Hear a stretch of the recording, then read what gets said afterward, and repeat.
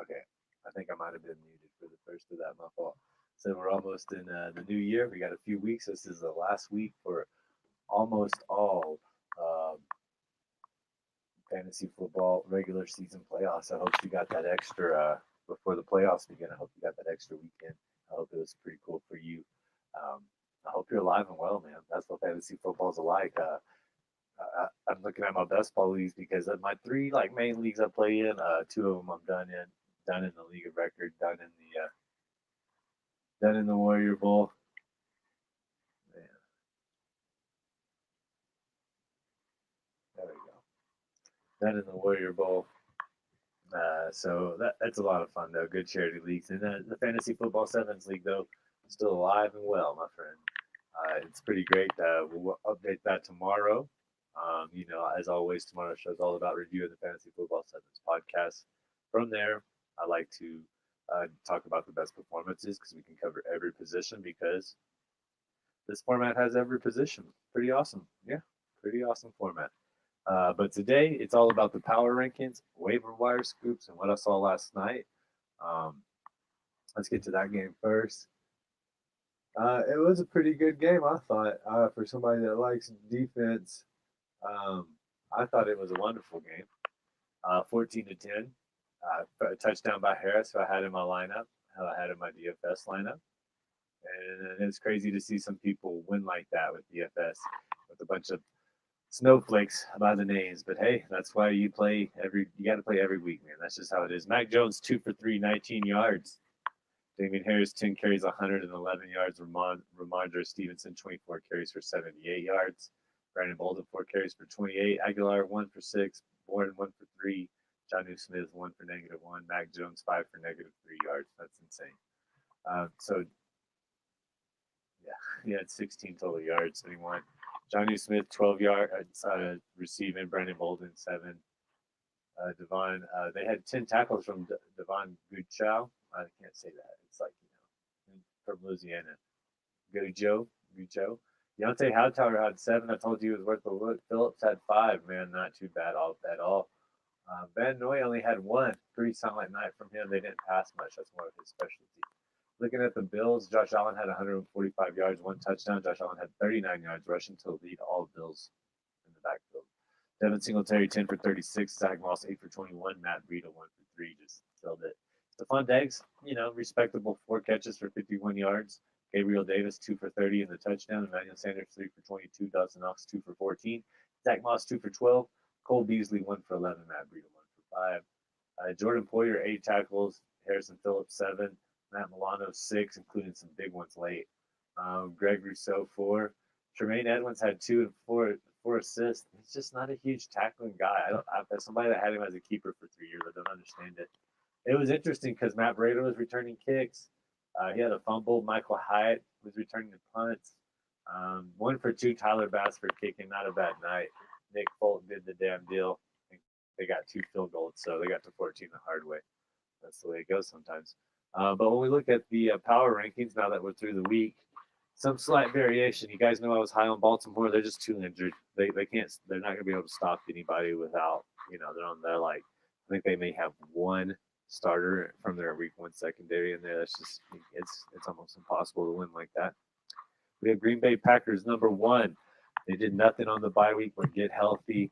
The Cardinals look good. They really did, but they didn't look good enough to bypass the Green Bay Packers to me, who I think will have at least 4 more wins the rest of the year. Number 2, Arizona Cardinals, the same thing. The Green Bay Packers look great. Arizona did nothing, displayed nothing to me to show that it was a bad Bears team, right? But you got to win. And it's interesting because Aaron Rodgers scored a rushing touchdown against them. Kyler Murray scored 2. He was pretty much the Kyler Murray show once he was back, which is a good sign for the Cardinals. They can win in a lot of ways. Their defense can shut down teams.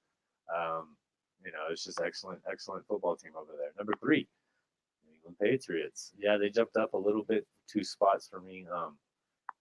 They just once again they don't even have to pass the ball to beat you. Their defense is good. Their running game is excellent. No matter who's back there, let's hope Harris is okay. But If he's not, Stevenson looks capable. Bolden looks capable. The offensive line looks good. Mac Jones can still throw some passes if they need him to win that way. Uh, they haven't had a show that they can come back and win.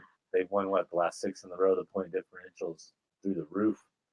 Can they come back and win? That'll be an interesting question. But they are the class of my AFC, and they are number 3 on power rankings.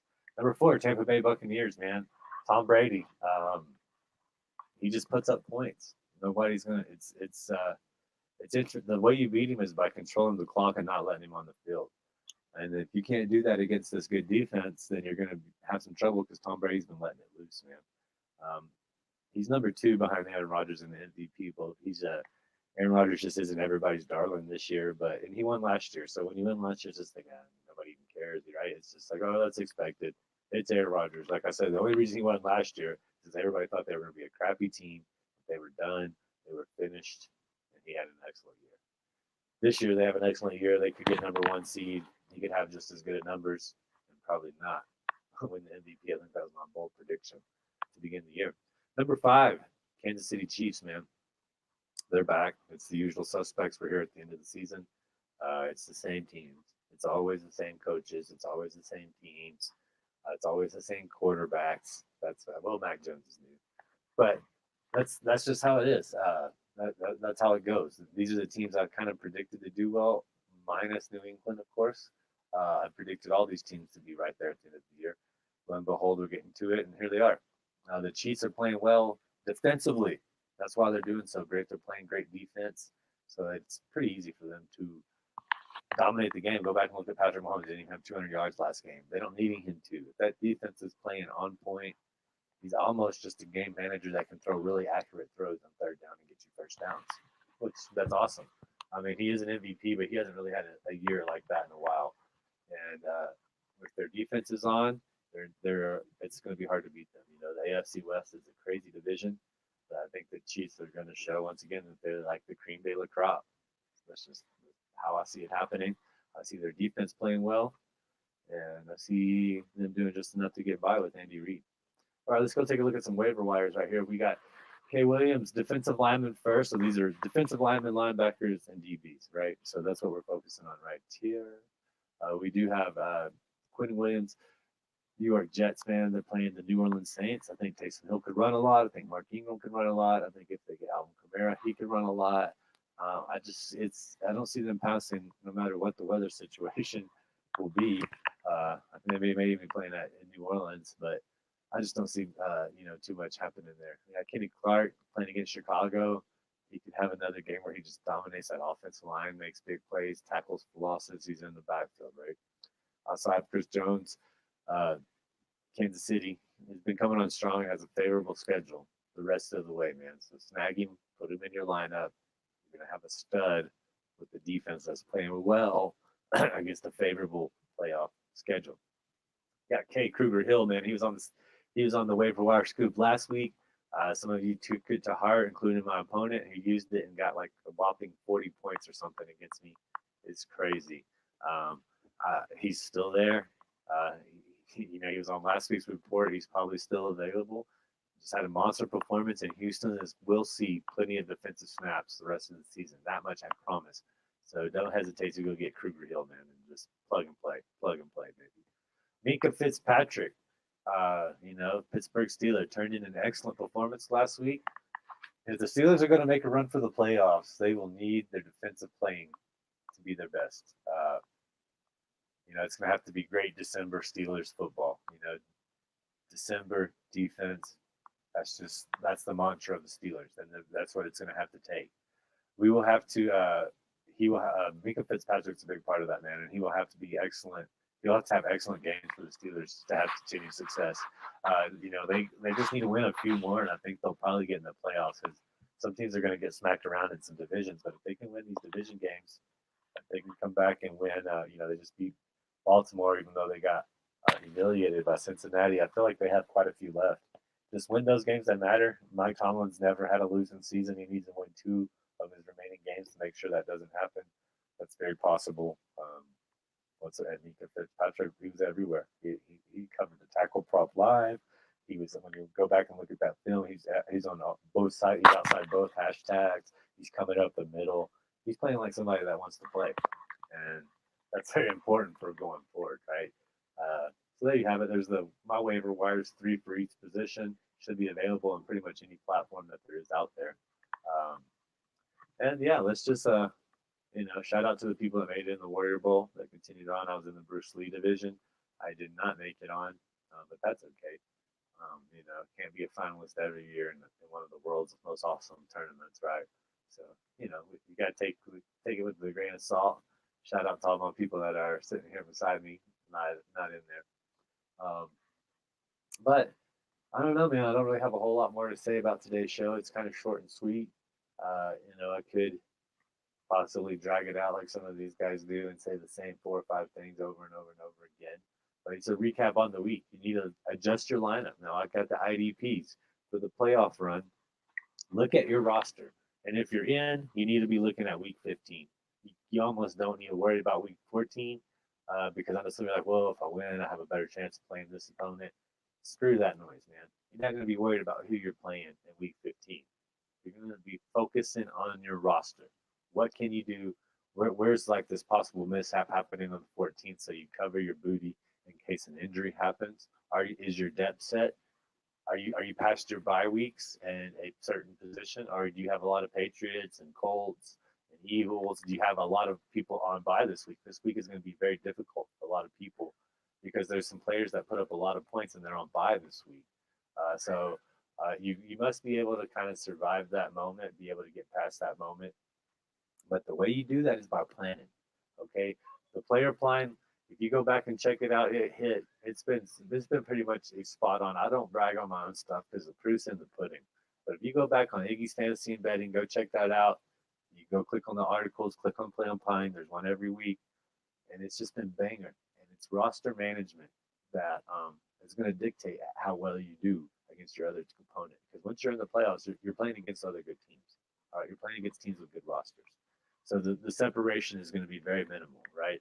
I had as about as good a lineup as I could have last week. Marcus Golden was a bust. He was a bust on the player plan. I thought he was going to step it up.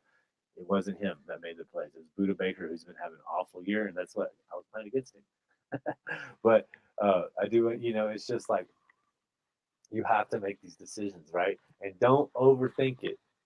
Sometimes whatever you set your lineup, just set it. Sit it there. Maybe look at it right before game time, or maybe just be like, that's it, man. I've done my research. This is it. These are my guys. It's one thing to be like, I've rolled with him all year. I'm not turning my back on him on the playoffs. I don't care if he's playing against the best defense for the air, for the rush, whatever. I'm playing this IDP. I don't care if his team doesn't pass the ball. He's my safety and he makes a lot of tackles that way. I don't care. He's my guy. I'm playing. Okay. And you can look at the positional matchup, right? But either way, if you're in, you need to start preparing for week 15. Don't even worry about week 14. That, just get you, because who cares really? You need to have your roster built for that week. If you're on the bubble, or if you need a team to lose, or if you need to win, or if you need to win and you need this team to lose and this team to lose, well, then by all means, you don't even worry about week 15 because you're not even in the dance. You're in the line outside, and you need to get your ass in the inside, right? So you can get in that warm place, get the dancing, get the noticing, and get the attention you should get for having to work so hard to get to week 15. I mean, you have to put in a lot of work just to get here, right? So you don't want to put all that work to get one game away and then blow it, right? I had a guy, all he had to do is win. He was playing the worst team in the league. He didn't set a defense. If you're playing fantasy football sevens, you know how much defensive points you get. It is ridiculous. So he got the defensive points. He didn't get it. He lost. He lost probably just because he didn't set his defense. You can't do that. You got to pay attention. Well, all right. Well, y'all have a wonderful day, and I'm going to get out of here. Peace.